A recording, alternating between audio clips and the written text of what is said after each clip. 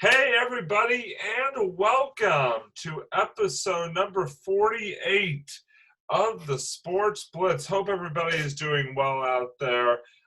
As always, I'm Robbie, joined by Doug. Doug, how are you tonight, man? I'm doing pretty well. I came out of my cave yesterday and decided that it would be good to see some sunlight. So, it's been pretty warm, pretty hot in the cave, but I'm out and ready to roll on our next episode, man. Very excited. And we do have a lot to talk about because finally, after 4 months, 4 long months of just quarantine and nothing at all other than watching reruns of, I don't know, Big Bang Theory or whatever the hell you people chose to watch out there on TV. Live sports is back, folks. That's right. Baseball kicked off last week. The NHL is back. They have exhibition games these last couple of nights, and then we'll start the regular season up this weekend. And the NBA season is starting tonight, actually going on right now.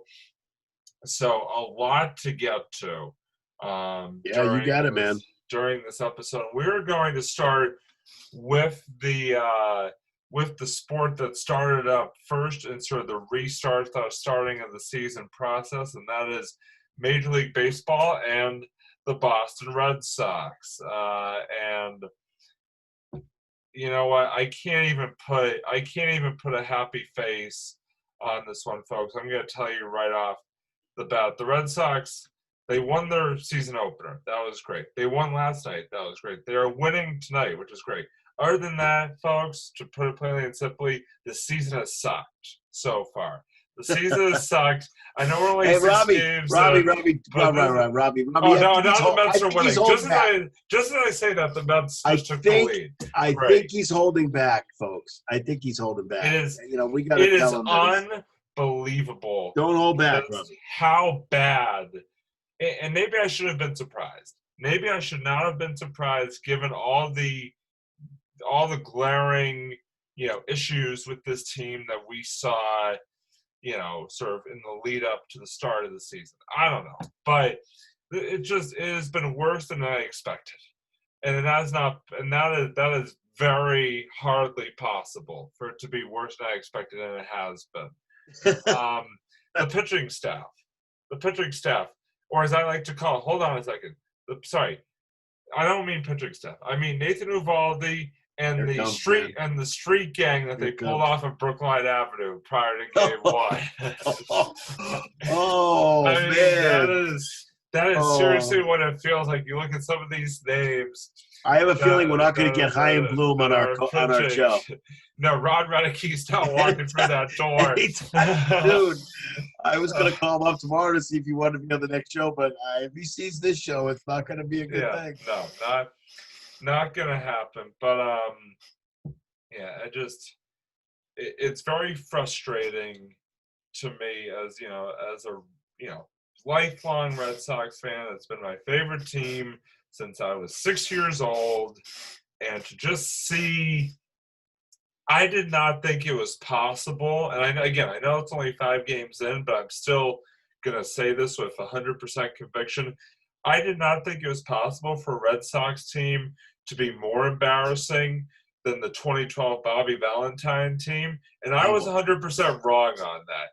This team, at least that team was in it somewhat for the first couple months of the season. This team, it's lucky it's a 60-game season, because having to watch 162 games of this, I don't know if I would. I may never watch baseball again after watching this team. It is that brutal.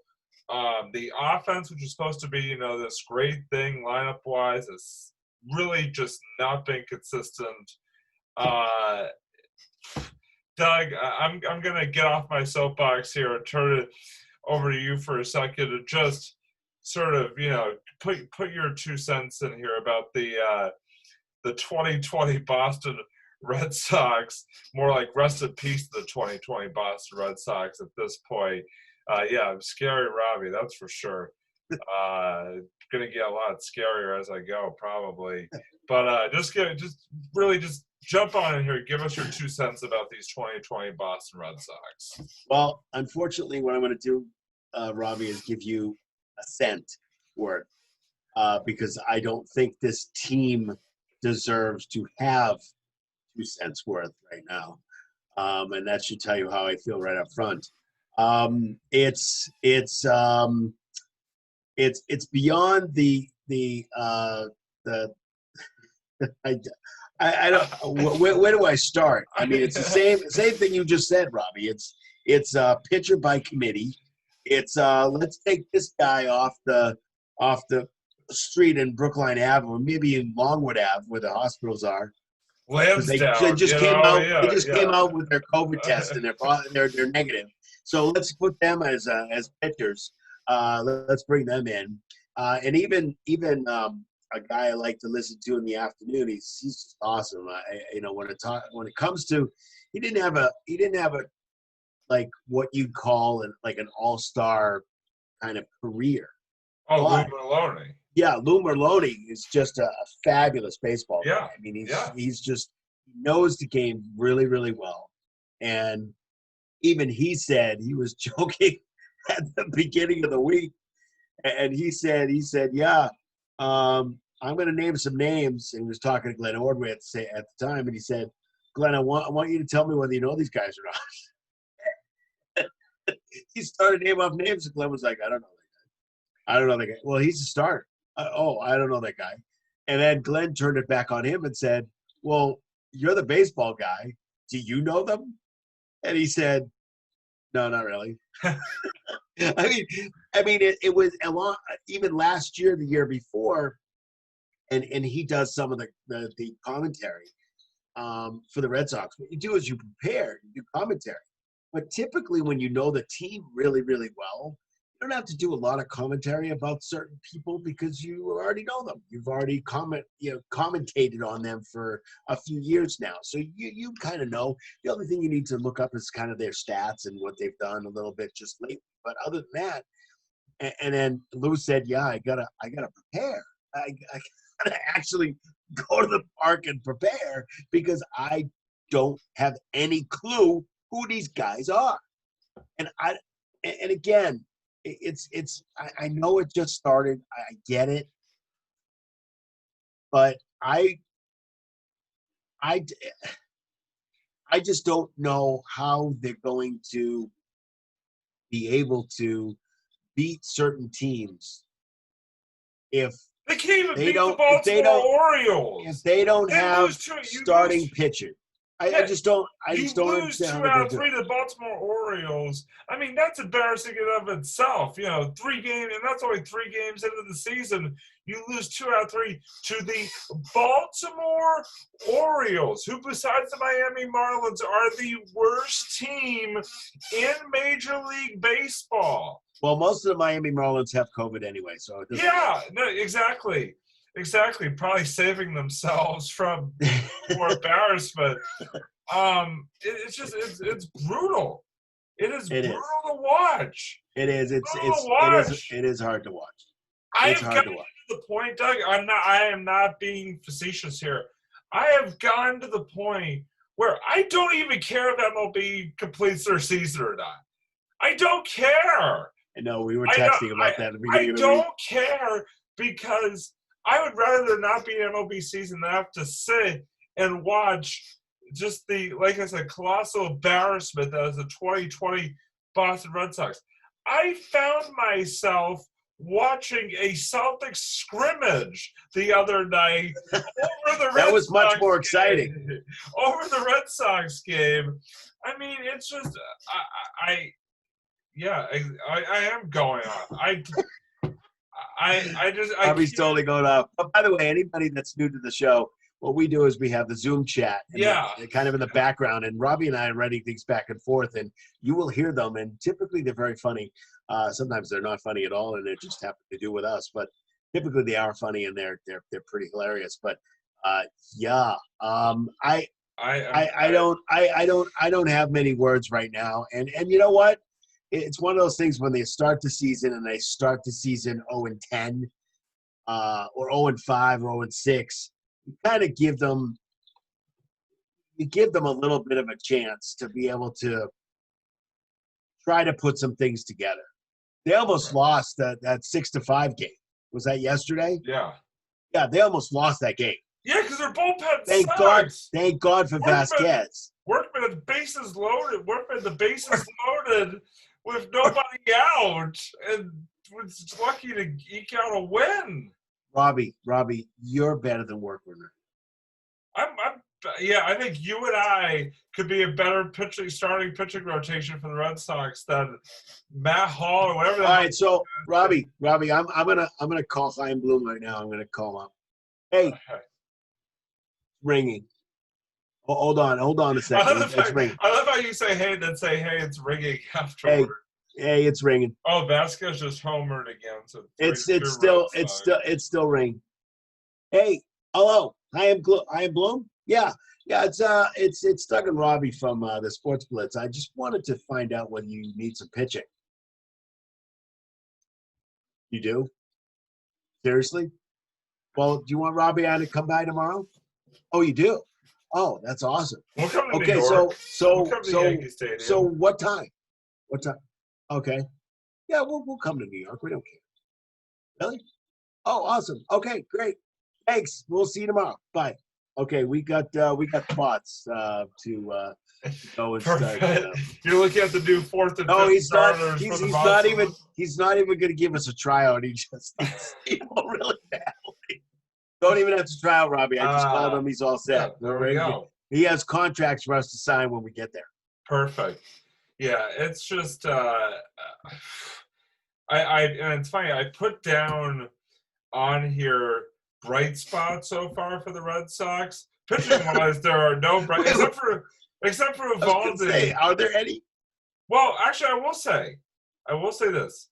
Some of the new guys who have come in have actually looked somewhat decent. And Vasquez has 2 home runs tonight, by the way. So that definitely Vasquez is playing like he's an all-star, dude. Yeah, but Verdugo. No, you're right. But Verdugo has looked okay. Has looked pretty good so far, I think. Peraza, I don't know who the hell he is, but Peraza has good player. Moments. Not a bad player.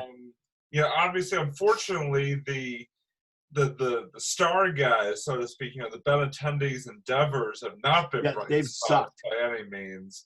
I think they're maybe at this point 2 for 40 at this point, 2 for 30. It's just been something like that. It's been a brutal start to the season for them. It's been horrible. Yeah, it really has not been good at all. But that's about it bright spot wise for the Red Sox. It has been a struggle and a half, and maybe we're jumping off the Tober Bridge, which we really should be doing anyway. But maybe we're jumping. This is the question. This is the question I have. This is the question I have for you, Robbie. Yes. And this is a legit question without fooling around. Yep. Without fooling around. Legit question. Keep face on. Right. So if we started the season, regular season, no COVID, no problems, no nothing, fans in the park, blah blah blah, and they had this kind of start, what would you say to this kind of start? Well, I guess I have to sort of get the context. Do we have the same? Are we still missing Rodriguez? Do we have the same pitching staff? What is the? I know Sale's out regardless, because he was having Tommy John surgery. So, but yes. What's the? I guess that same. But obviously we have it's Rodriguez is out with the COVID. The heart thing, right? Yeah, but Rodriguez, if there was no COVID, Rodriguez would probably still be there. Exactly. So we have Rodriguez. We have Rodriguez because there's no COVID. Forget the COVID. We have a whole season to do, and this is the start of the season. We have a full season. Nobody's wearing masks because there's no COVID, and everybody's in the stands, and everybody's doing whatever they need to do. Sale is out, and everybody is, but it's the same team right this very second. But you add Rodriguez into the mix. Yeah. What would your thoughts be? I think I would have similar thoughts. I think I would be maybe not as much in sort of the oh my god the sky is falling, but I definitely would be.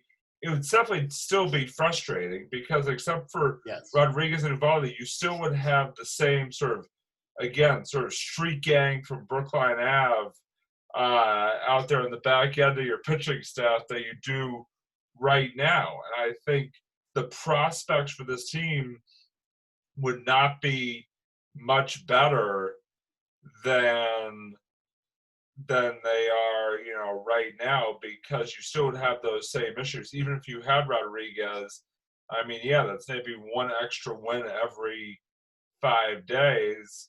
But he's coming back, by the way. We hope. This is not this kind of thing goes away after time. I just don't know. They don't know how much time. Yeah, here's my problem with that. It may be, yes, he is going to come back. Yeah, yes. I mean, I hope he comes back. And honestly, I'm more concerned about his health than him getting back on the mound. I mean, obviously, I think that goes without saying. But my thing is, if he comes back, what kind of pitcher is he going to be? I mean, is he going to be? He's got to get back in game shape. He's got to get back in game shape, but also just his ability. I don't know. With this, just sort of with the remnants, I should say, of the virus still inside him. I just don't know if he's going to be the same be able to be the same capable pitcher that he was, say like last year and stuff like that. Because obviously I would hope he would be, but just with what he's got going on, I just worry about that, stamina-wise and just all these different things. You just don't know what kind of impact it's going to have. So I hate to say it, but I would trust him, especially right out of the gate coming back, I would trust him less to go out there and be, the effective dominant pitcher that we know he can be, than if it was just a normal season, he was going, right from the get-go, normal E-Rod. So I think that's something you got to look out for. In all seriousness, you got to look out for once the season restarts. Once he restarts this season. Right. But they won't. They're going to be really careful with him too, because this has to do with his heart. So he's going to. This is like, I mean, Doug. This is beyond baseball. This is life and no, of course, no, and I'm not expecting him to come back at all, as far as I'm concerned. And if he doesn't, then that's his health is more important than a game. Yeah. So I totally understand that, and that's not my point. My point is that they're going to be extra careful because they think this might be COVID related, and if it is COVID related, then they're going to be extra careful with him in coming back. They have to get him in game shape again, and they won't bring him out if he gets tired after, throwing a bullpen session that lasts an inning. Right. They won't let him come back if that kind of thing happens. So I think because of that, because of COVID and everything that's going on in the world, I think they're going to be extra careful with how they bring him back and the time that they have to bring him back. It is not even a question. I mean, obviously his health is more important than anything in the world. So it's one of those things where, I think that they won't bring him back unless they know that he is ready to go and that he feels good and that he doesn't have the kind of any symptoms of the heart issue or any symptoms of COVID. So, and you're right, he may not come back. So they have to be prepared for that, and they have to be prepared to be able to, take somebody off the street from Longwood Ave and be able to, bring that person, even a guy that was playing the drums or, some guy that just kind of randomly walks out of the hospital. He's got just walking out of Kenmore Station, Just he's got scrubs on. Walks out of the BI with scrubs on, and he looks healthy and he looks like he could pitch. Tall guy, long arms. Those kinds of things. That would be perfect. Yeah, exactly. I mean, you know, we're not being that picky right now. So yeah, We're obviously not, because I don't know half of the people on the yeah, staff, so they're no, not being picky. not at all. Um, Speaking of COVID, you know, obviously one of the big stories of this MLB restart so far has been the outbreak of COVID-19 on the Florida Marlins. And obviously, their season has been put on pause for at least a week or two. The Phillies had a couple positive tests today because they were the Marlins' sort of first opponent there. So their season is off at least through the weekend and into next week. Yeah, I think they were canceling games Monday and Tuesday too. Yeah. I think. Yeah, so I guess my question is, and this is sort of a broader question than just those two teams, is as we sit here right now, again, it is, if you go by the Red Sox schedule, it is now into the sixth game of this 2020 season, out of the 60-game 2020 season. Does the MLB, protocol-wise and just all these different factors-wise, have what it takes to make it through this full season? And do you, again, a personal opinion here, do you think that they will ultimately make it through the 60-game season, or is the season doomed for another early exit, kind of like back in March, you know, but you know, obviously a little bit different here. But yeah, like I said, is the MLB season doomed, or can they still maybe eke out a 60-game season? You're asking me. Oh, I'm asking you. asking me. Well, I think Unless there's somebody else here that I should the know first. about. I don't see anybody. Okay, me neither. Okay, so I'm going to, now that we kind of know what they're doing, MLB, NBA, NHL, NFL. We don't really know what the NFL is doing yet. We have some faint ideas, but they're still working on their stuff. Yeah. But NBA and NHL are doing it the right way. Yeah, they're in a They're bubble. doing it the right way because they're in a bubble. Look at MLS. Look at MLS, the season that's just finishing up now. They were in a bubble too. Guess what? Things. I mean, it has worked out. It could have worked out better for them. I know. Yeah. No, I know that. If everybody No, follows what the protocols are and not goes out of the bubble, then they will be able to have a successful season on that. But we're going to talk about NBA and NHL a little bit later. Of course. But I think when it comes down to it, I think that it's going to be very, very difficult. And this is just my opinion. I think it's going to be difficult because teams are going to come down with it. And so this is something that was posed today. What happens if you have an ace pitcher? And I'm just talking broad. I'm not talking our team, Red Sox versus any other team. Just talking a broad thing. You have an ace pitcher, and 2 days, Broad Boy too, right? I wrote Broad Boy before, and he wrote Broad Boy too. He also wrote as 2020, which, yes, we could confirm that it is 2020. Well, he mentioned it was 2020. I mean, 2020, and it's like, yeah. So I think the point that I'm trying to make is that there were some situations where, you know, even Pasternak left the bubble. He did stuff he wasn't supposed to. Well, yeah, he did do stuff he wasn't supposed to. But I just have to clarify that when they were in Boston, when this Pasternak thing happened, we'll get to the Bruins in a minute here. When they were not in a bubble in Boston. No, they weren't. They were not in a bubble in Boston. They were not. But Pasternak had some inside information last week. Remember? I know. My inside information was what? That he was in, that he was in quarantine, because apparently he had to go back in extra quarantine because he practiced with a team. He practiced in Malden at like a public rink or something like that. He was out doing stuff he wasn't supposed to. Yeah. Okay. Yeah. Well, that's what I had mentioned. Because I agree with you.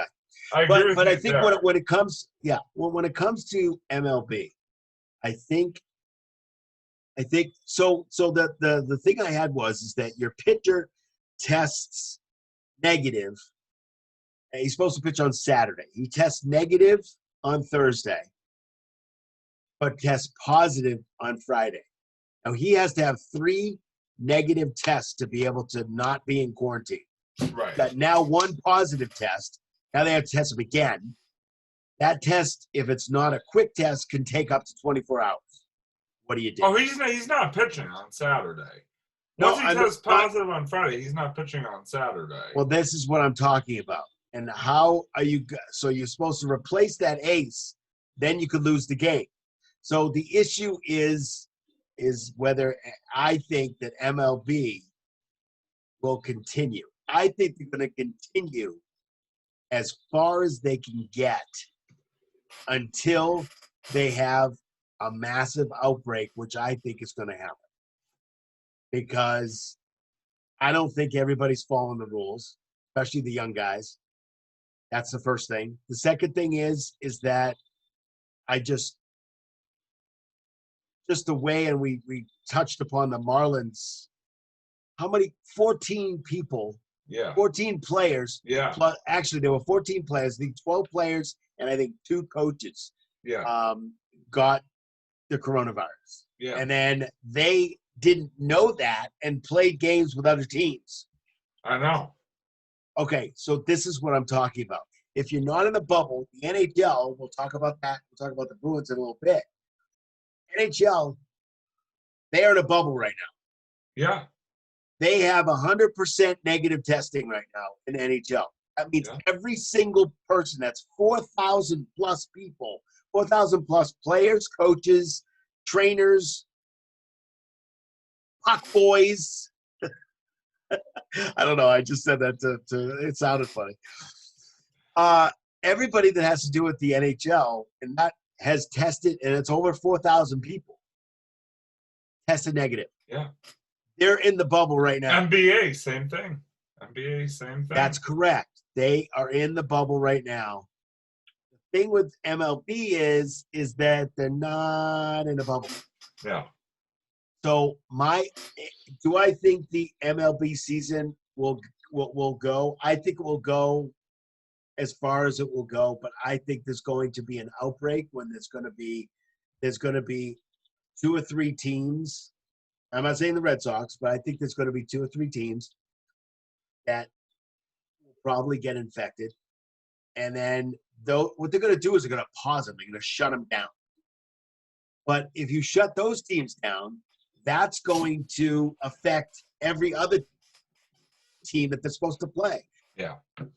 They shut the Yankees down, but the Yankees are playing the Orioles this weekend or something like that? Yeah. They have to go to the next stage of the schedule, and that's going to screw everything up. I don't know how they're going to do this, Rob. The competitive balance is already getting thrown off just by one or 2 teams. Absolutely. I don't know how they're going to do that. So what happens if 7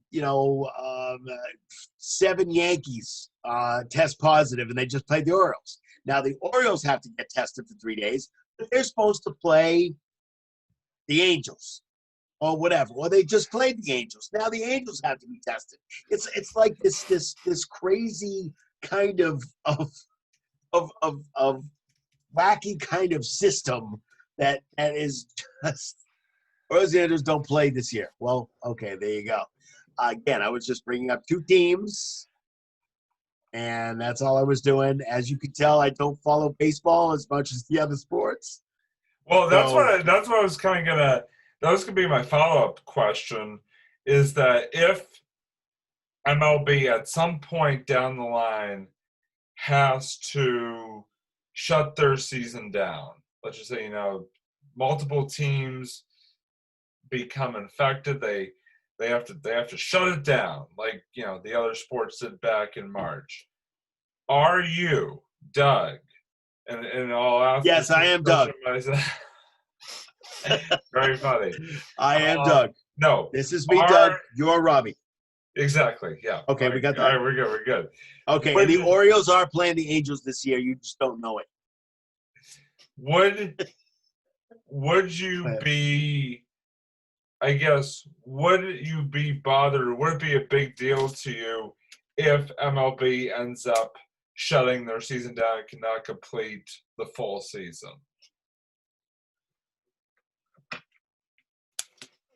I think kind of right up front, my first thought is that I'm not the first thing I have to say is that I'm not gonna be upset about it because they're doing it for health reasons. They're doing it to keep the MLB players, coaches, umpires, balls boy.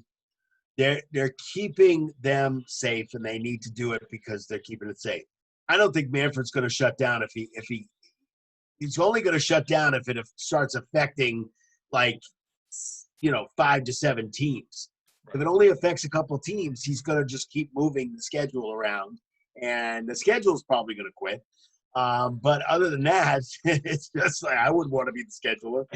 What do you mean the Yankees are playing the Orioles? What kind of crap is this now? I got to change the whole freaking schedule. This is crazy. What are you talking about? I mean, he's just going to go nuts. You just see the schedule wandering down 95 somewhere. Schedule is going to be like going like just like kill me now, man. I mean, yeah. Okay, all right. So the Yankees are playing the Orioles, and so we have over here we have the national. Oh no, the Phillies. They're involved too. How am I supposed to put are the Phillies done too? What's going? I mean, he's going to go nuts. I'm not really sure who I'm looking at over there, but it's kind of funny. But I think what I'm saying is that number one, I'm not going to feel sad about it. I'm talking to no one. I am, however, going to be sad because we want sports. It doesn't matter what it is. And baseball's not up here for me. Baseball's not my top sport. I'm not going to be real sad about it. But on the flip side of it, I do like baseball. I like to watch baseball every once in a while, especially if they're playing the Yankees or playing one of the really good teams out there. Of course I want to watch. Even if it's a 12-hour game that happens with the Yankees typically. I know. No, you're right. You're right. Exaggeration, boy. But right. I'm not going to be sad because of the fact that they're doing it for a reason. They're doing it because they have to. I don't know, and again, I'm going to say it again. I don't know how this is going to work. Yeah. How is this going to work if they keep? Okay, so the Yankees are playing the Orioles. Now, the Yankees were tested, right? Yeah. Or were they? Were they just moving on because they had?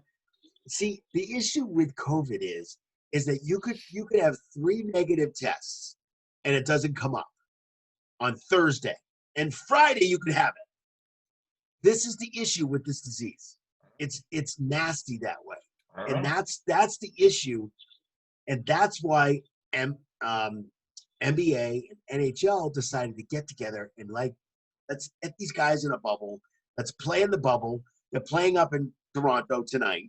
That's where they're going to play. They're not playing anywhere else. Yeah. Teams are there. They're going to play there. And then that's why, and you bring Conference, Western Conference is in Edmonton, I think. Yeah. Yeah, and that's what it is. That's it. And you bring up an excellent point because, people have been. Thank you. Thank you very much. No, but people have been jumping all over the the Canadian government for not allowing the Blue Jays to play in Toronto. Like, well, you have all these NHL teams up here. Why are they allowed to be up here, but the Blue Jays can't play their home games here? It's two completely different things. The NHL teams are coming up there, and they are staying there.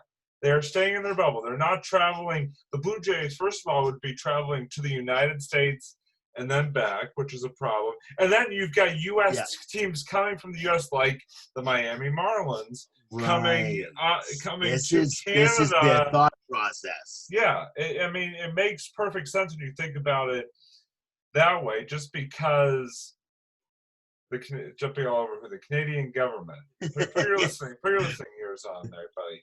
What? Hey. Now? But yeah, it's two different things. You can't make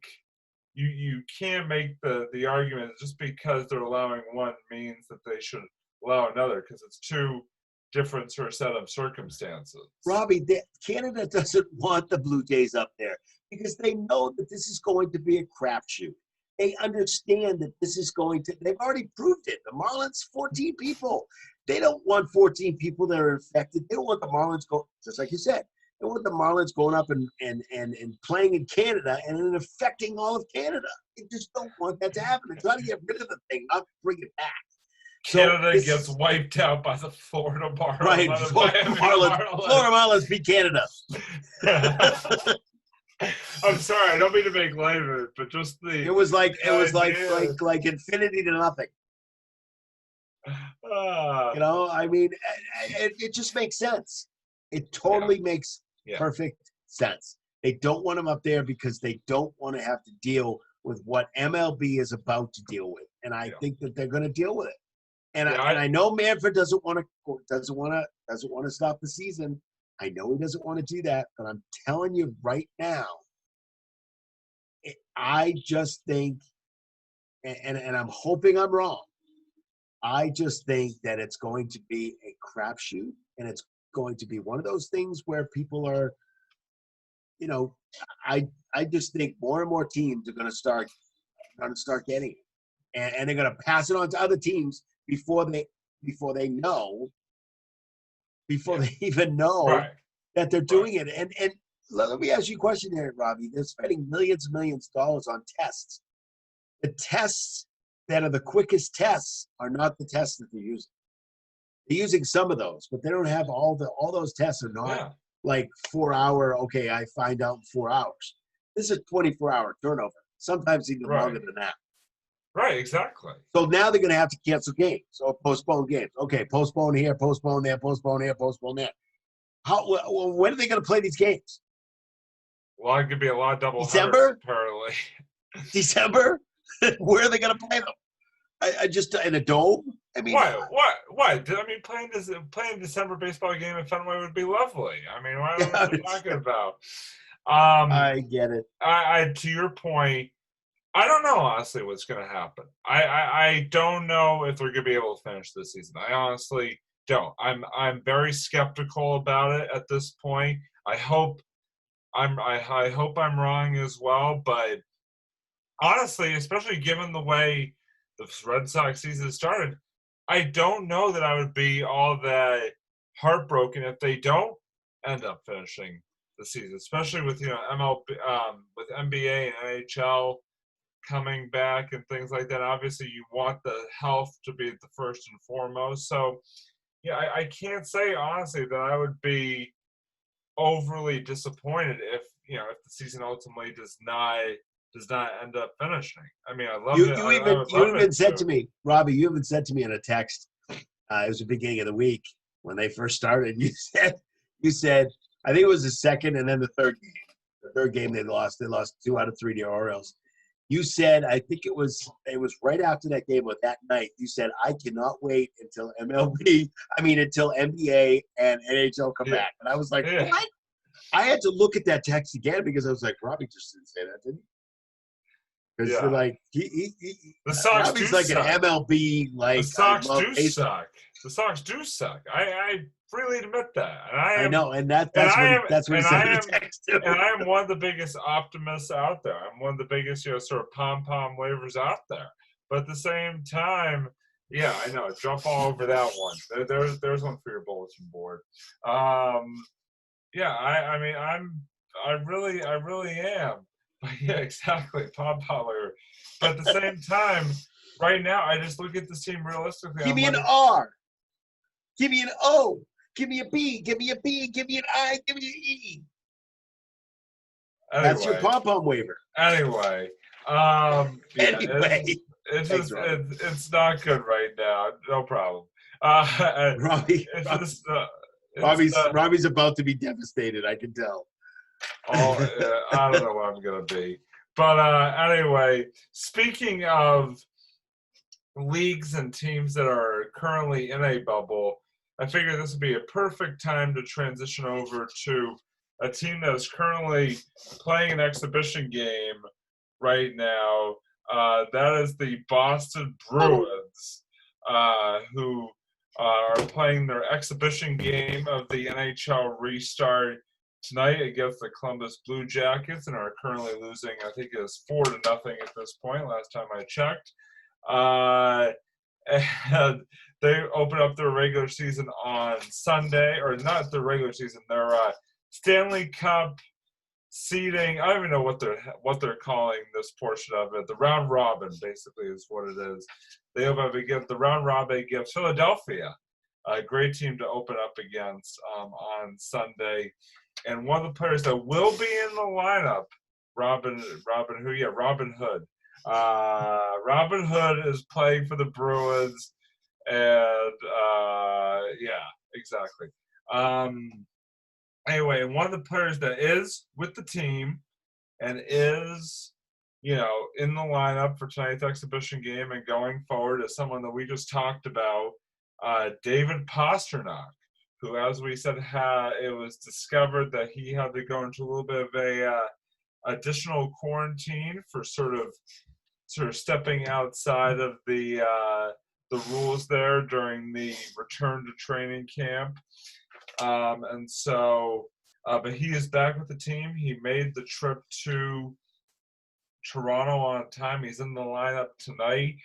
And I guess the question is, first of all, I mean, it's big to have him because obviously, especially the way he was playing, before the shutdown. But I guess my question is, Doug, was there any doubt at any point in your mind during these past couple of weeks that Pastrnak would not be with the team once things started up here in Toronto? Yeah, I think there was a possibility just because we didn't know exactly kind of what was going on. He has also been known to go out drinking and trip over himself and hurt himself, even break something here and there.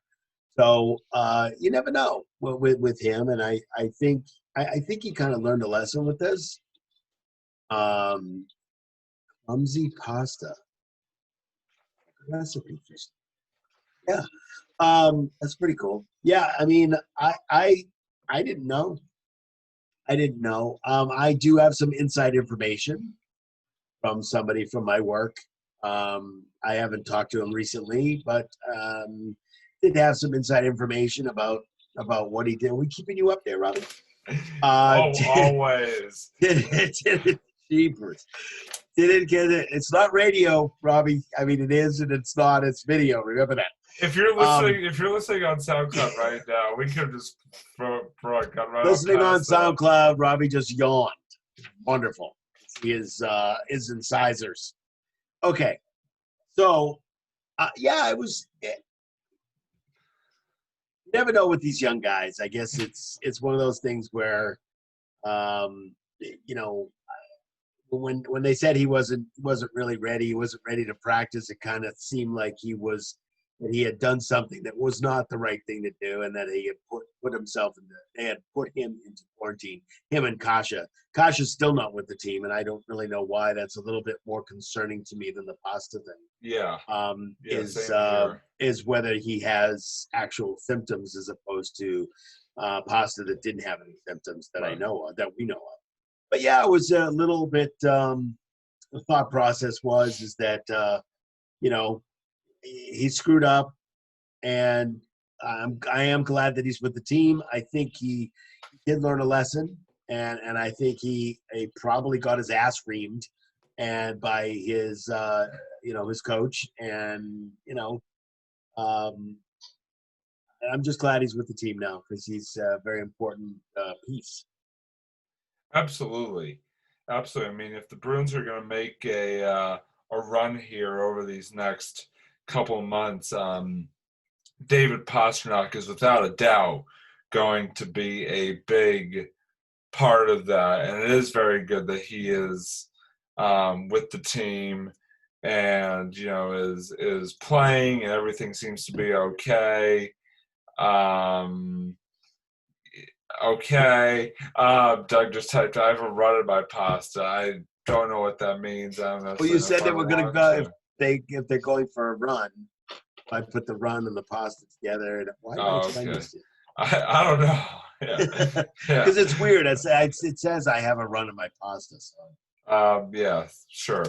But yeah, and speaking of the upcoming Sure. NHL restart, um, like I said, the Boy. Stanley Cup playoffs and qualifiers and Are they all tomorrow? that are Stanley Cup playoffs starting tomorrow. up this weekend. I forget. I'm actually looking up right now because I forget the exact day that it officially starts. Saturday. So, is it Saturday? Yes, and you Yep, know where I got that from? Saturday. Where did you I get got that from? I got that from one of the biggest Bruins fans out there, and it came from my kitchen. Yeah, Saturday is the first day Heard it from the kitchen. of the East qualifying games, which is, I believe, best of 5. Those series are best of 5, and then the remainder of the series are a best of 7. The Bruins, as I said, opening up Sunday at 3:00 from Toronto against the Flyers in the round robins, or Philadelphia. to determine the top 4 seeds. And so I guess the question that I have, Doug, is now that the actual the actual games that really mean something are right upon us, less than 72 hours away here. Actually, in some cases, less than 48 hours away here. What are your sort of final thoughts on the upcoming restart here for the Bruins, and and on sort of a add on to that, what teams concern you more than others, whether it be through this round robin, the other 3 teams in the round robin, or even down the road once they get into the best of 7 series, when actually the playoffs are start for real, so to speak. Yeah, I think the I think it's going to be kind of strange, just because not really used to playoff games. So the playoff games is not that's not the issue. Is that the round robin thing is kind of throwing me off a little bit.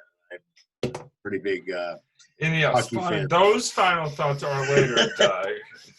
These are different final thoughts. I was wondering when you were going to see that.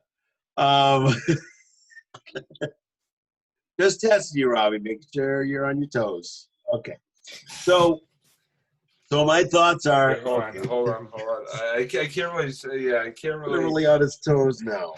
I was trying to see if I goodness. could do that, but my camera wouldn't go down far enough. But I know you haven't had ballet classes for a while, so what I think what it comes down to is that I think that just the word round robin kind of throws me off a little bit. But I understand where they're at, where they are, and I think the hockey's going to be very exciting. I really do.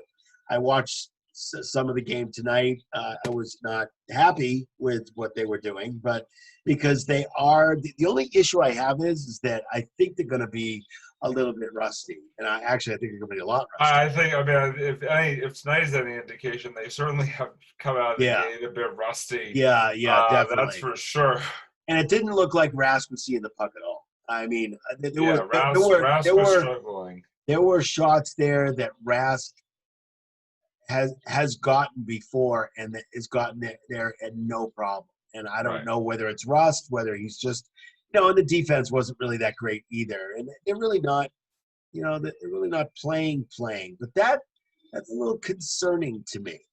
And it's concerning because if they're not together as a team and they're not, kind of moving in the right direction as a team, and they're really, really rusty. I'm not sure what, Saturday is literally Sunday. They play Sunday. Yeah, Sunday, yes. Sunday, but still, it's not a lot of time from now. Less than 72 hours. It's less than 72 hours till that game. Not a ton of time to get the rust off. So that does concern me a little bit. I wish they had, I don't know, maybe a little bit more time. But I understand why they're doing it.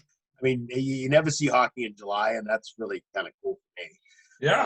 I like that a lot. But You rarely see during the summer 3 major sports going on at one time. yeah, you just don't see that. So it is concerning. It is a concerning factor. But I think it'll be fine. I think it'll go well. But again, I am concerned about the way they play tonight.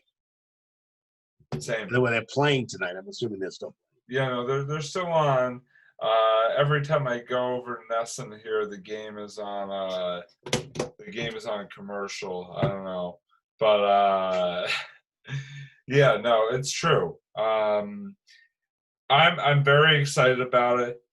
Without a doubt, I'm excited. Just like with basketball and baseball, to have hockey back is great. I'm very excited to see what kind of run the Bruins can make, given, obviously how they were performing, 4 months ago before everything shut down. Hopefully they can sort of recapture that magic at some point here. Hopefully right out of the gate, but, if not, very quickly into things once they get, some game action under their belt.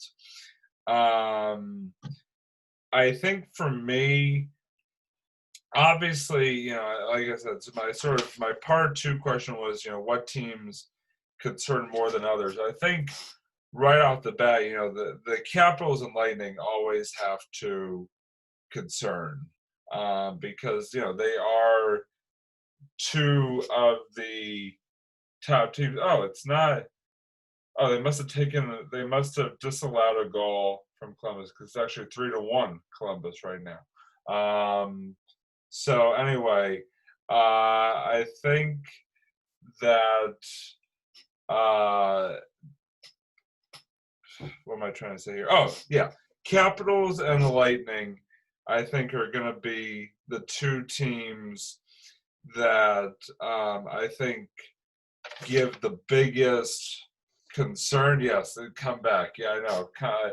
Just like I'm the comeback kid, really. I'm coming. I will come back. I promise.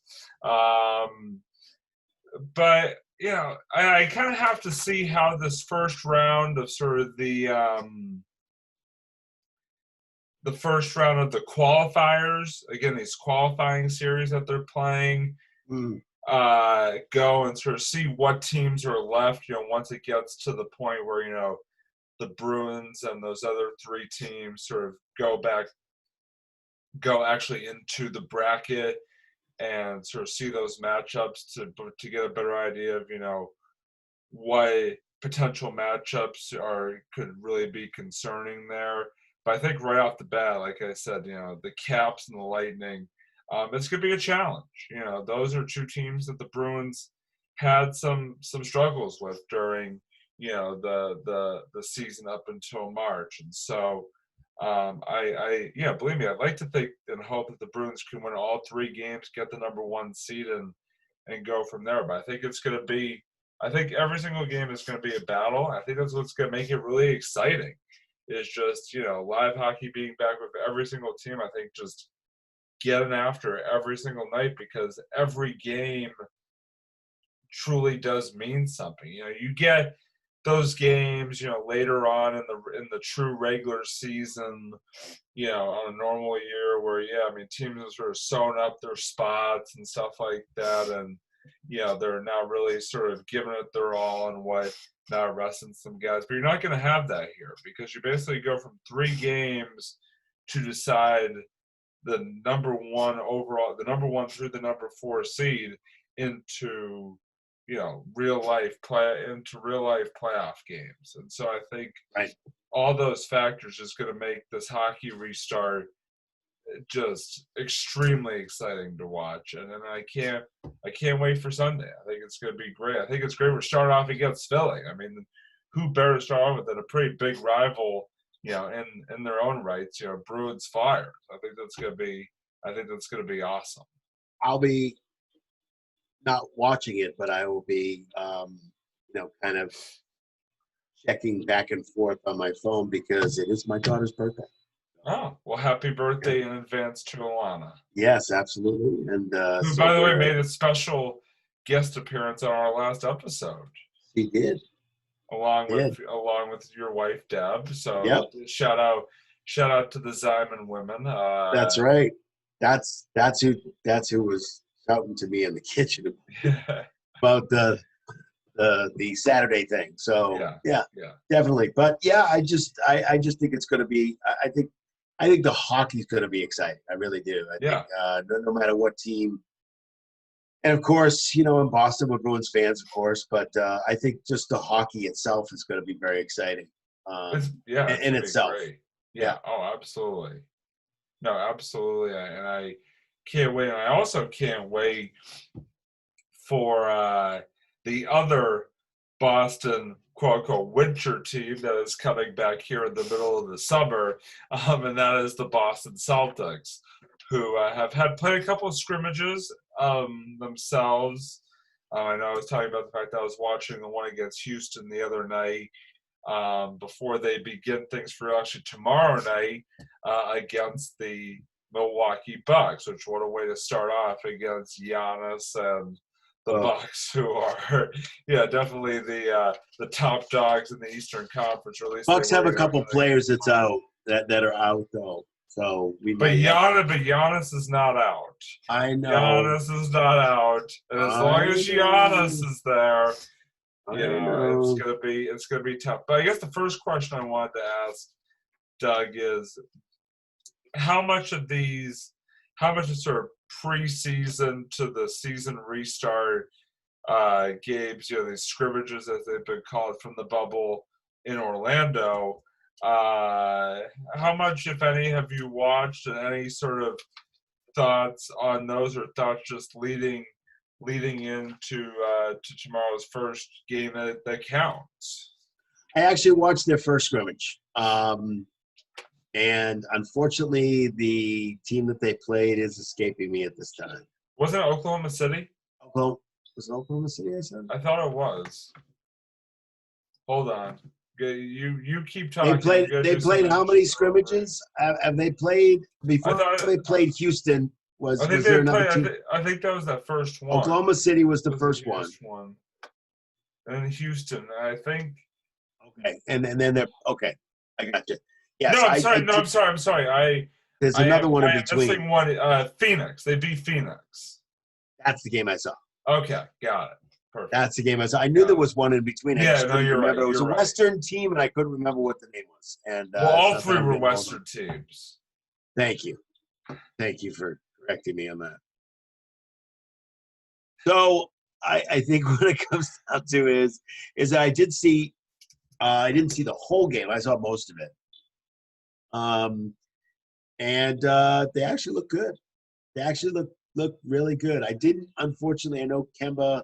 I'm not sure if he started because I didn't see the beginning of the game, but I I did know he not see started him. against Houston. I think he played a bit during. Yeah, you're He right. During that played a Phoenix. bit during the Phoenix game, but not a lot. But they're all the reports are they're saying that his knee is fine and that it's actually stronger than it was in September.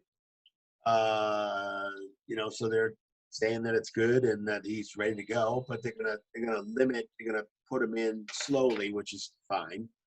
Um, but they look pretty good actually, and I'll be able to get a better sense of how they're doing as they start the season off. And this is Right. a good I know it kind of sucks maybe um to play the Bucks when you first start, but the fact is that I think it's going to be a good test of how they really are.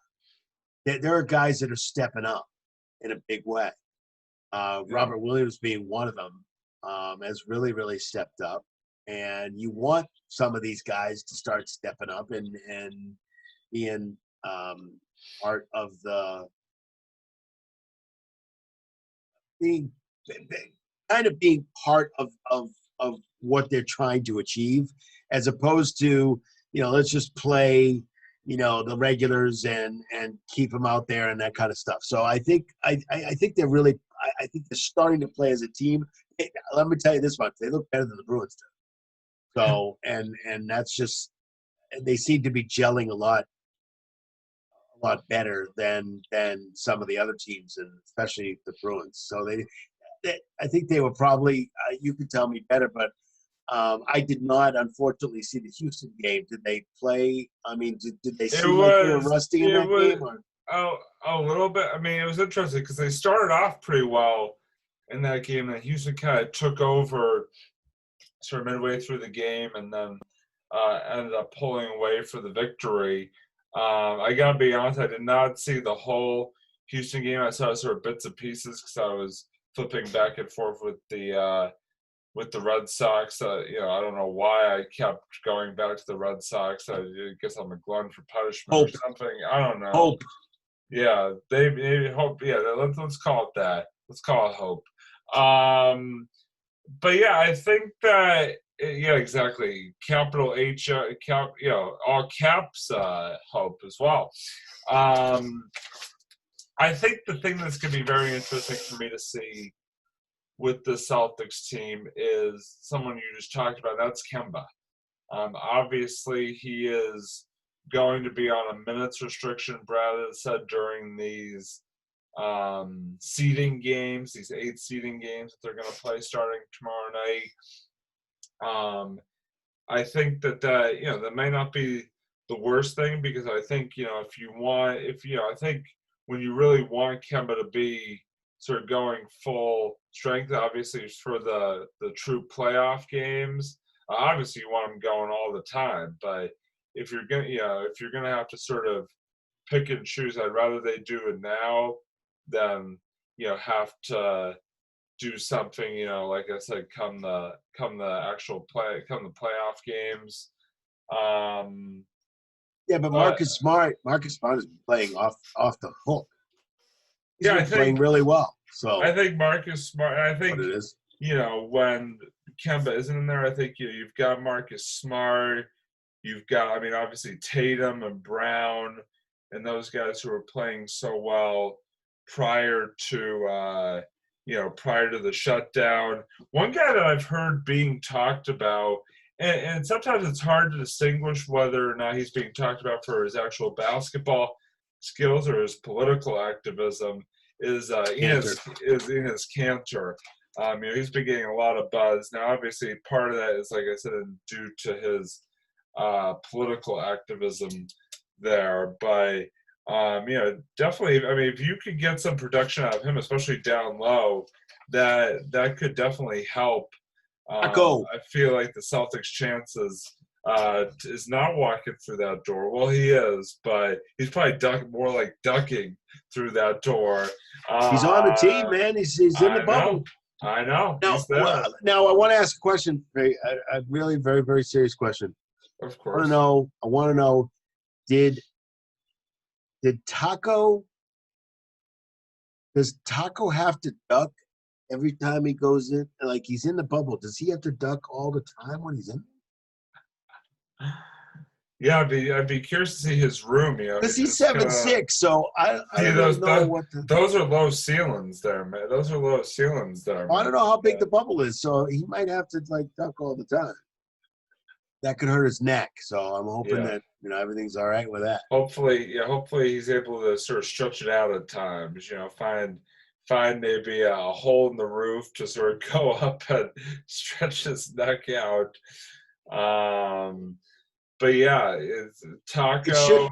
It should be interesting to see, Robbie, the Kanter versus Robert Williams, Enes Kanter versus Robert Williams, and see. I know they're going to work together because obviously they're going to do that. But to see, who starts, who doesn't start, who's the backup, and to see what's going on. Because I'll tell you, the Phoenix game that I saw, Robert Williams did a really great job. Williams has been impressive. I was like, where did he come from? Williams has been impressive. Like, even this year, just in general, he has started to come along. From his rookie year to his second year. That is for sure. I think it's just it's going to be very interesting to see. I think it's hard, to kind of judge because they've been off for so long, until they actually get back into the games that mean something for real. I'm just very excited to see how they're able to do again, especially against the Bucks. Because I think that's a very early test right out of the gate. I mean, you want to talk about just what a schedule to be matched up with the Bucks. First game after 4 months of not playing live basketball. Yes, test 1, 2, 3.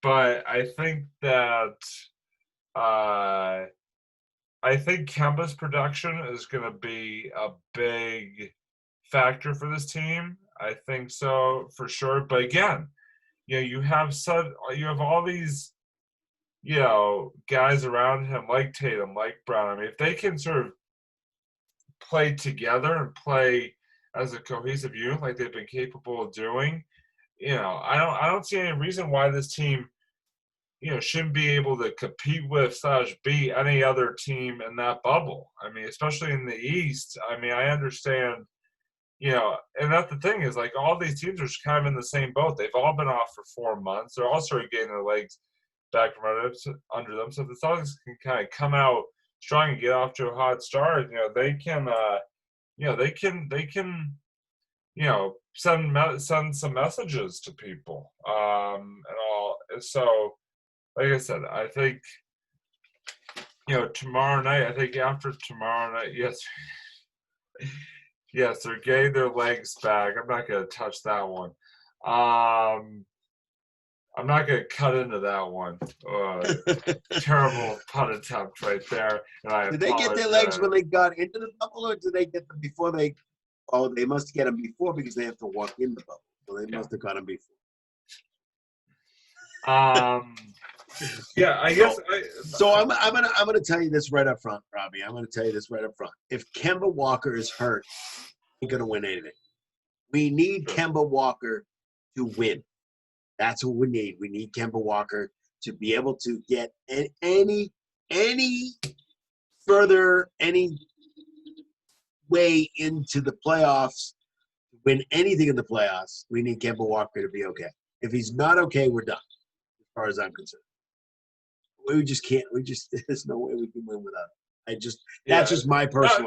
No. I agree with you. It's gonna be very tough to see, if he's not in there or if he's not up to the level that we expect him to be. It's gonna be very tough. I feel like for this team, especially against the Milwaukees, the Philadelphias, the upper echelon teams in the East to get the job done. And I think you definitely need him going full strength and doing what he's capable of, even if it's in limited minutes. I think when he's in there, he needs to be going sort of full tilt here, and I hope that he does, and I hope that everybody else, sort of the supporting cast around him can also fill their roles. And like I said, I think we're going to know a lot more after, not necessarily just after tomorrow, but after the first couple of games of the restart. I think we're going to know a lot more about this team and about what to expect for these next couple of months once we sort of see them when they get back into truly the environment of, okay, these games are for real, and we gotta sort of put our real sort of rotations in, and so I think it'll be very interesting to see what comes out of it, especially these first couple of games.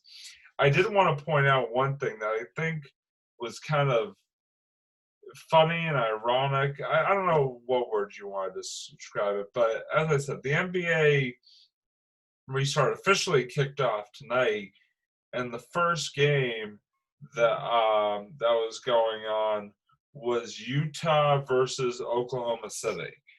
Versus not Oklahoma City, versus New Orleans, excuse me. And if everybody remembers, 4 months ago, the reason why the NBA shut down their season back in March was because Rudy Gobert of the Utah Jazz was the first NBA player that tested positive for COVID, and he kind of was maybe not being the most careful in the days leading up to it, and then it turned out he infected at least one of his teammates.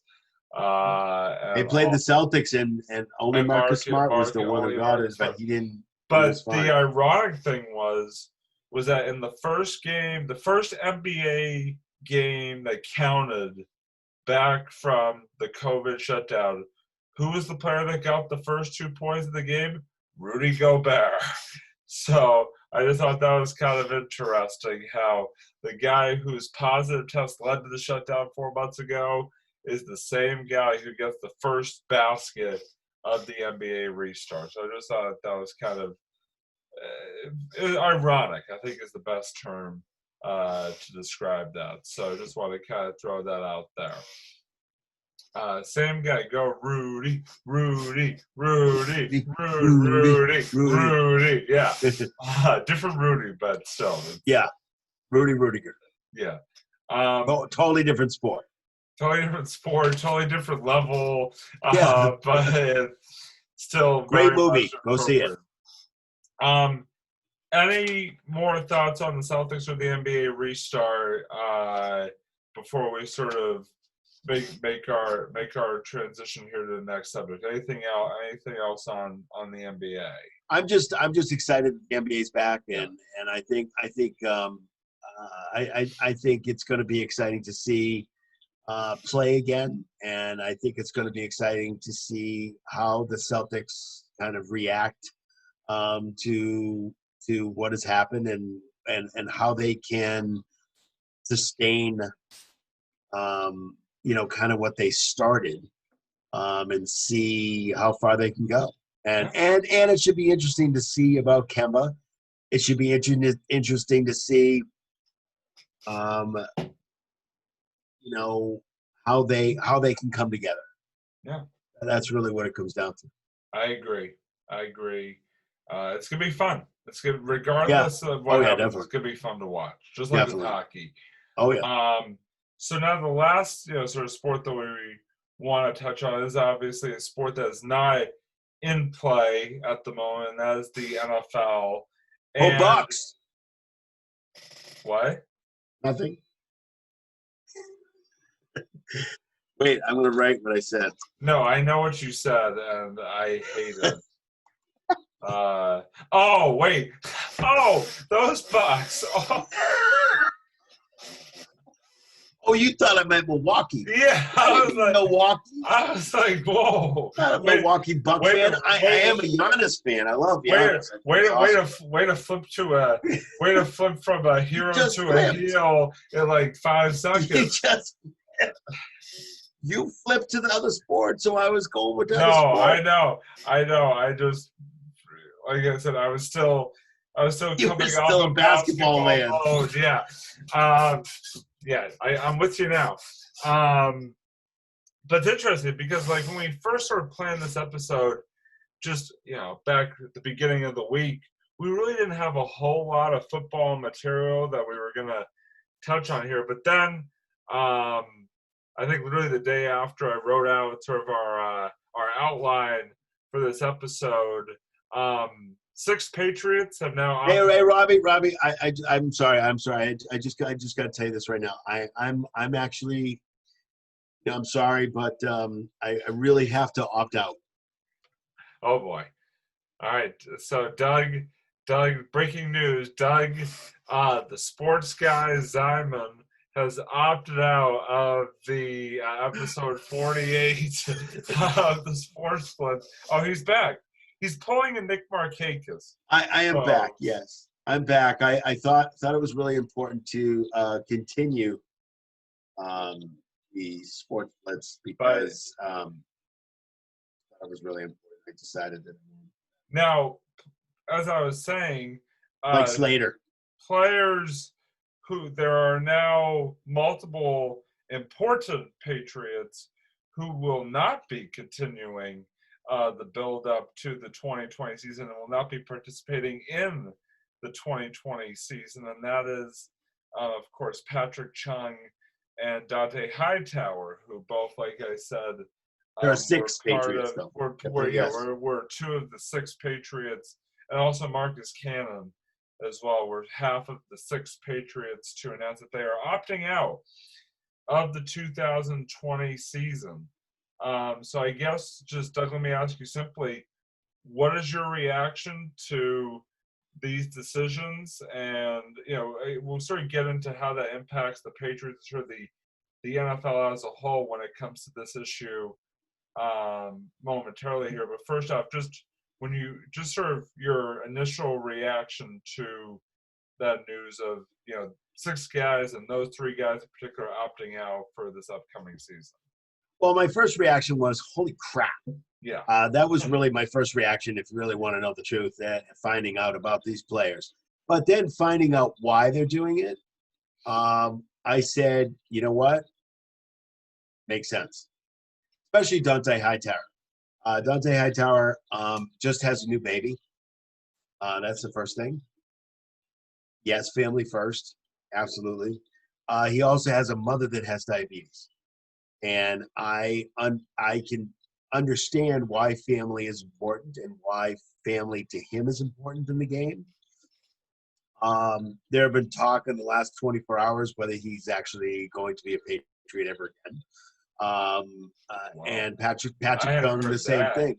Well, just not because he's going to be out forever because he's scared of COVID, but just because of, where his contract is, where the factors are, and, whether he's going to be able to, come back to this next year. And when you take a year off, what happens? I mean, take a year off, what happens to your body? Right. It's different. When you come back, it's totally different. You could be off for a whole year after you come back. So, it's just one of those things where I think it was shocking at first until you heard why. Until you understand, why guys are doing it. Some of it's fear, some of it's injury, some of it's because they or there are other people in their family that have underlying issues, or they just had a baby. Those are the issues that I think are above the game. And I guess I want them to play, but on the flip side of it, I understand. Yeah. I get it, and maybe I don't get it up to their level, but I do get it. Am I happy about it?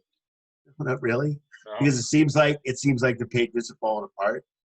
Brady leaves, and all of a sudden, as a fan, I think it's described perfectly as a fan, you're disappointed that they're not playing, but as a human being, you understand or are supportive of the absolutely fact that they are making the decision to put their family and their health first. And I can never fault a guy for taking that particular step. I mean, for instance, a perfect example is David Andrews. David Andrews is opting in. He says he's playing. Now, he had blood clots last year. He was out for the whole year. And that, as far as I'm concerned, is a pre-existing situation. Right. He has been cleared to play. He's fine. He doesn't have any clots anymore. But as far as I'm concerned, that is a pre-existing kind of situation. And he's opting in. He wants to play. Yeah. So I guess it's one of those situations where everybody has their own feeling on it. Everybody has their own choice. That's their right. That's absolutely their right to make that their right decision. To do it. And, we're just, Bill's good. Is it still in Bill we trust? Yeah, I guess it is. It still is. Until we don't trust them, which is, could be right before the season starts. And this is also, and the good part of it is, it's also a chance for these second stringers or backups. I don't like to call them second stringers, backups, be able to come in and make a stand, make a you know kind of show how they can perform. Right.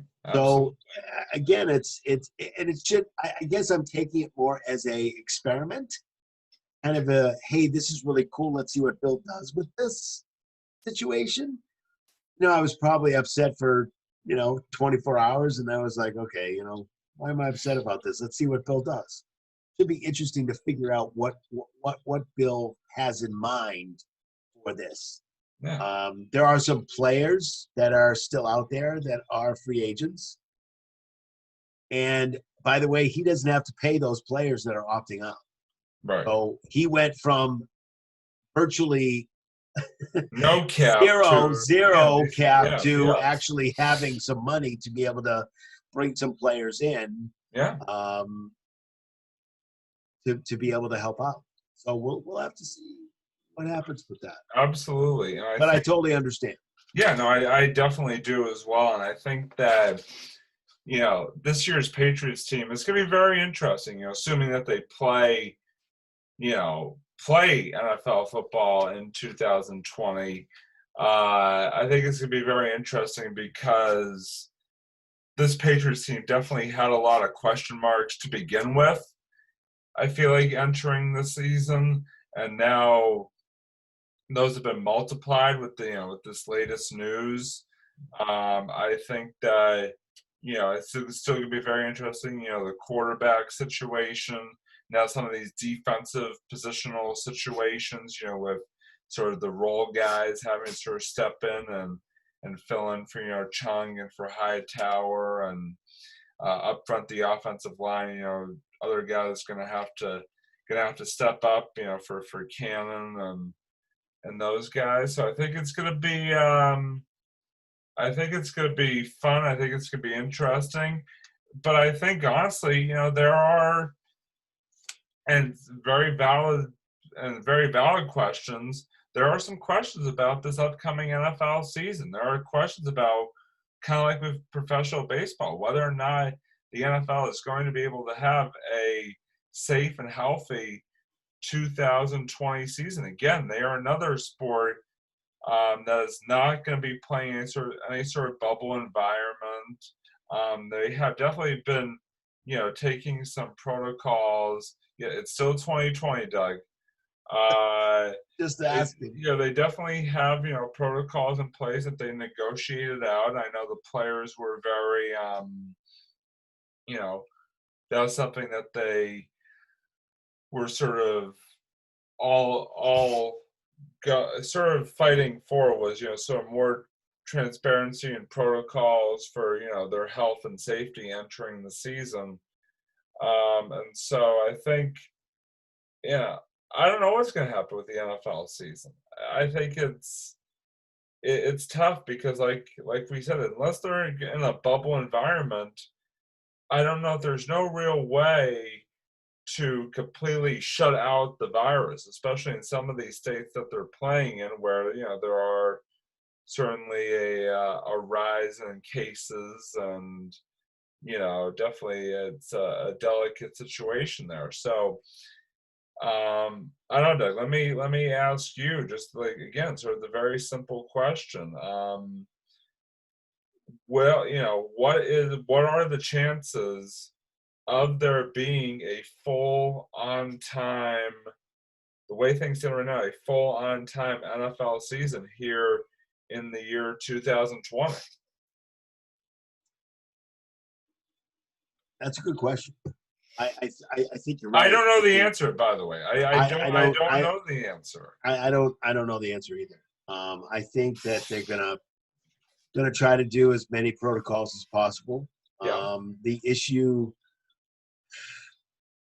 with this is the NHL is a very physical sport, and they check and they get close to each other, but they're But there's a all huge negative. difference. There's a Huge difference there. between being in a bubble, all testing negative, versus what the Red Sox are doing right now.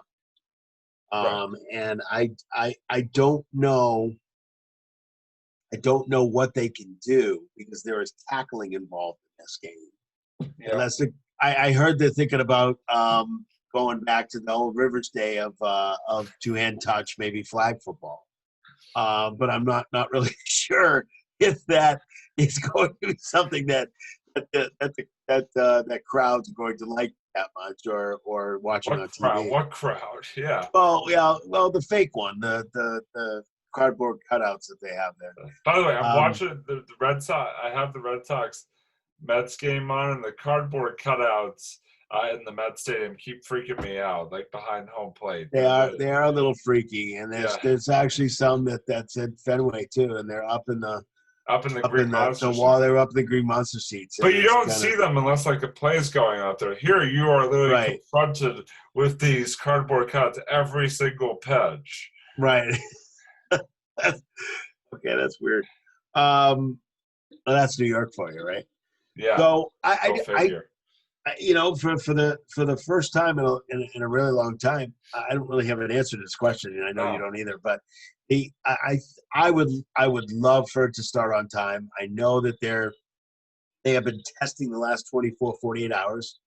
They are not allowed to go into the clubhouse because they're starting to go into the clubhouse so they can start working out and stuff like that, starting their protocol, what they have to do. I just know that they have to have 3 negative tests to be even walk in the door there. Yeah. So they're doing that now. I guess Brady's been out in the field. And I guess He's ready. Gronk's ready. I mean, there's no question that those two guys are. The Bucs also picked up another guy, running back today. Did you hear? LaShawn McCoy. Yeah. Yeah. Okay. All right. So go Bucs. But anyway, not the Milwaukee Bucks, but the Tampa Bay Bucks. Tampa Bay Bucks. Yeah. And not the Pittsburgh Pirates either, whose nickname is the Bucks. But no, I wasn't even thinking about that because I didn't know that. So that's good. Okay. So I think what it comes down to is that I really just don't know. I really just don't know. I'm hoping that they can. That's a lot of bucks. It is. Totally. Yeah. Don't have any clue. I want them to. I'm very excited about football, but I just don't. I don't know how they're going to do it, Robbie. I just don't know how they're going to do it.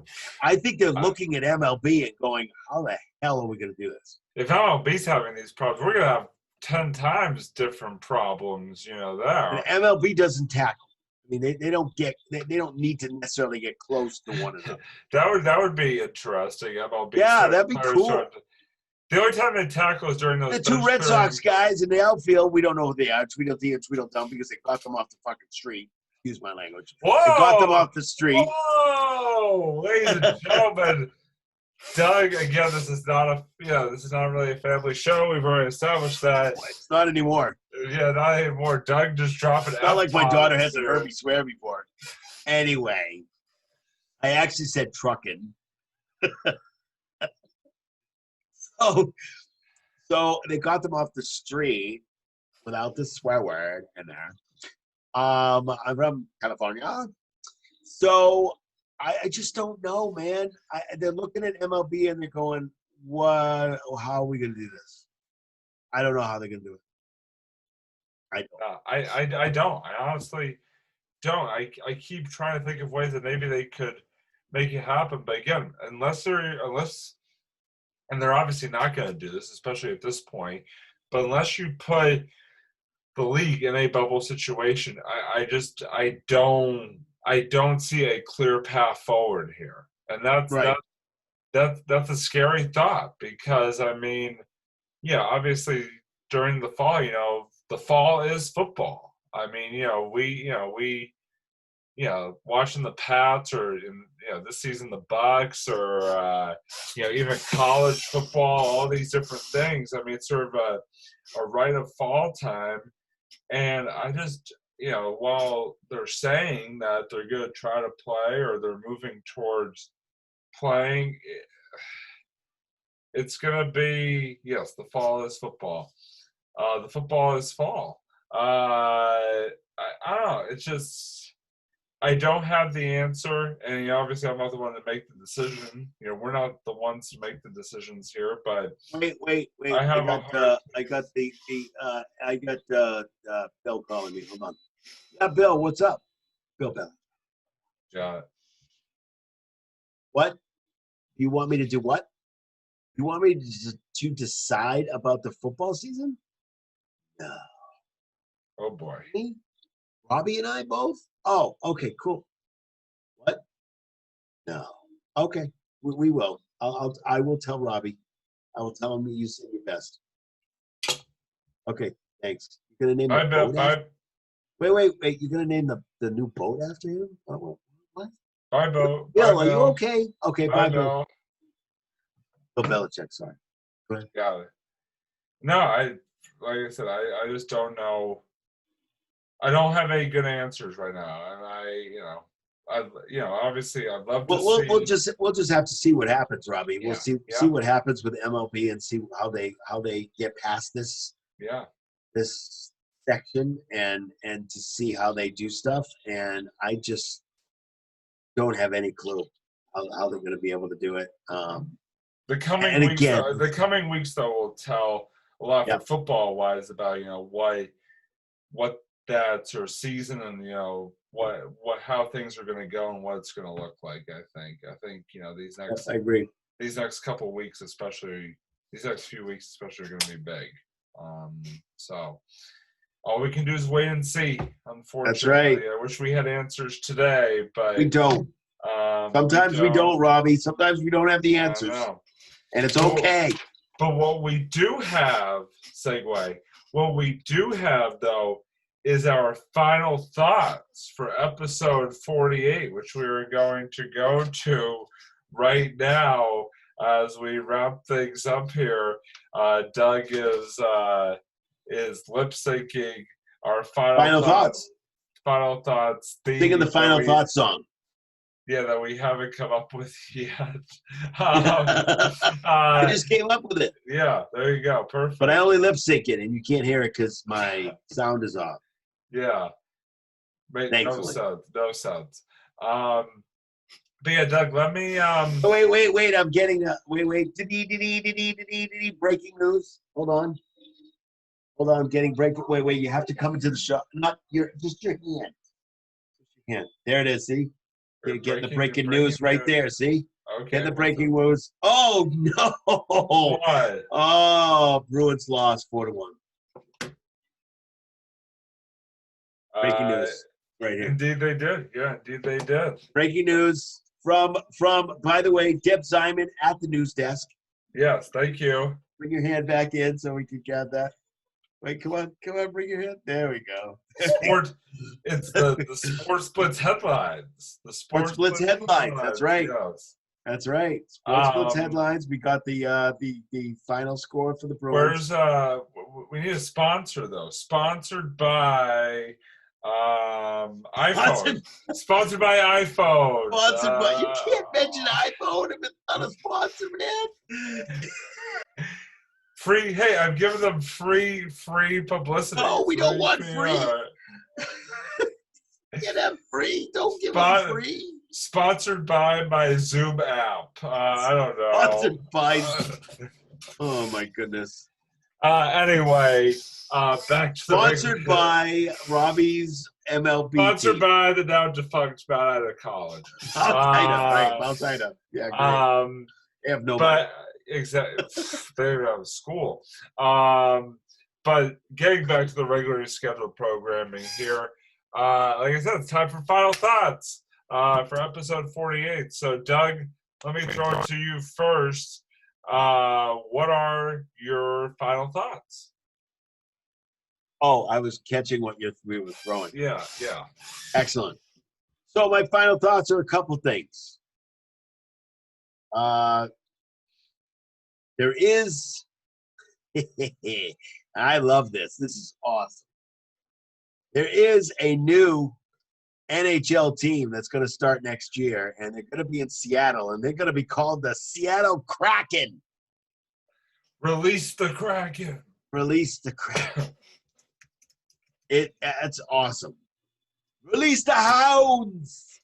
It's Hold on, gonna be spelled awesome. It looks like their logo is gonna be pretty cool. And I've seen the sweaters and stuff. It looks pretty cool.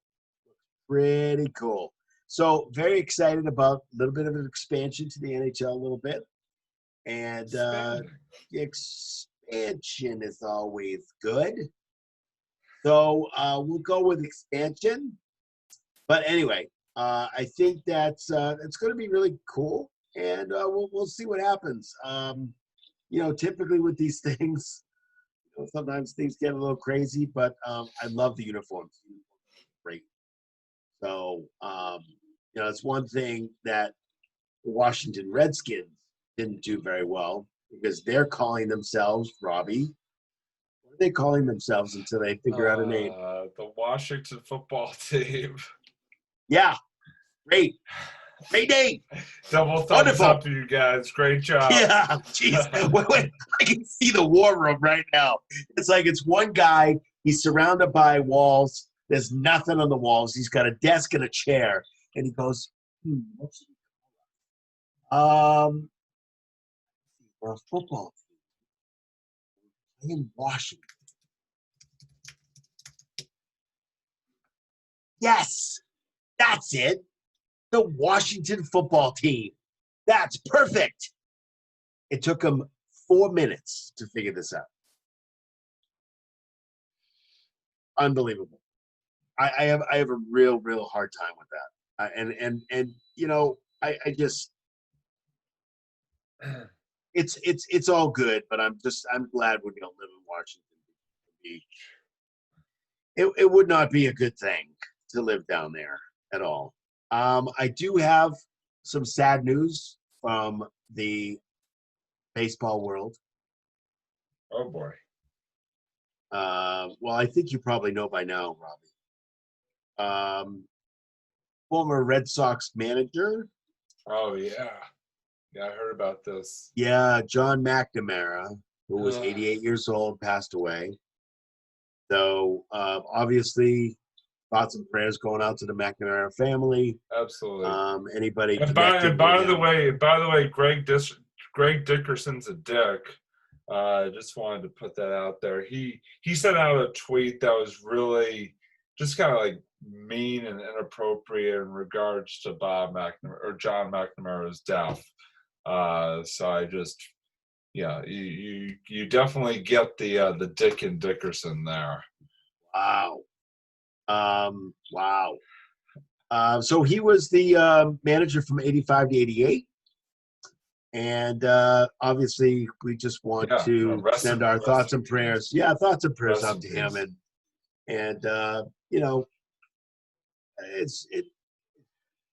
unfortunately, it is what it is these days. But yeah.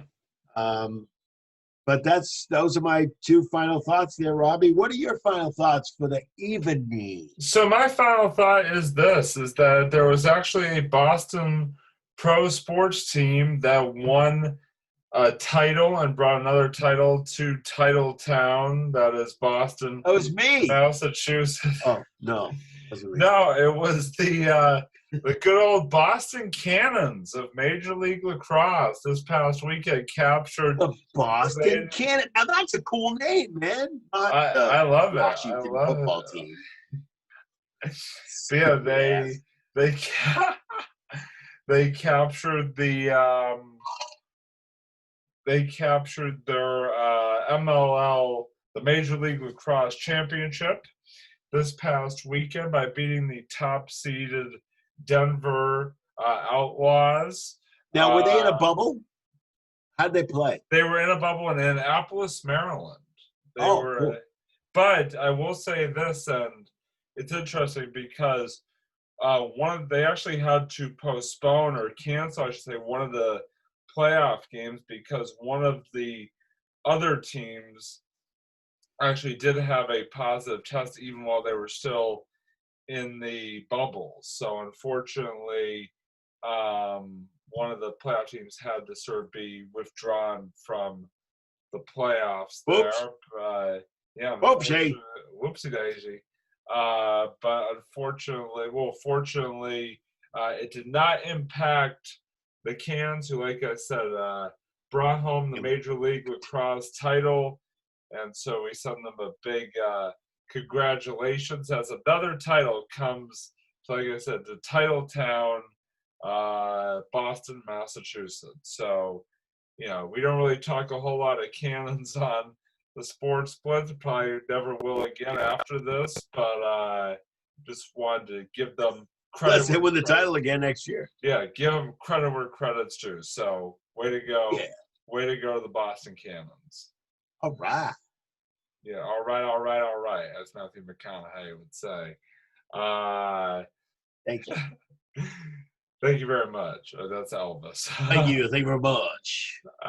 Anyway, that is going to wrap up episode 48 of the Sports Blitz. Looking ahead to episode 49, definitely will be taking a look at the Red Sox progress or lack of progress, depending on how things go. Obviously, with the NBA and NHL truly restarting, we'll have a lot to talk about there. Obviously, any more NFL related news as that sort of process goes along. And I just wanted to say, Robbie, that we are in the process of putting together some more special guests. Absolutely. So please tune in, because we are going to have some special guests coming up soon. We got a lot of good stuff down the road. So keep an ear or an eye out, or two eyes out. Exactly. So, like I said, that's going to do it for episode 48 of the Sports Blitz. As always, Doug, thanks as always for thanks. I'm going to go back out of my cave now. Yep. Good luck. I'm opting in. Good luck. Opting into my cave, man. For Doug, I'm Robbie. I should try to say for Doug, the sports guy, I'm Robbie, also the sports guy, and we'll see you next time here on the Sports Blitz. See you, everyone.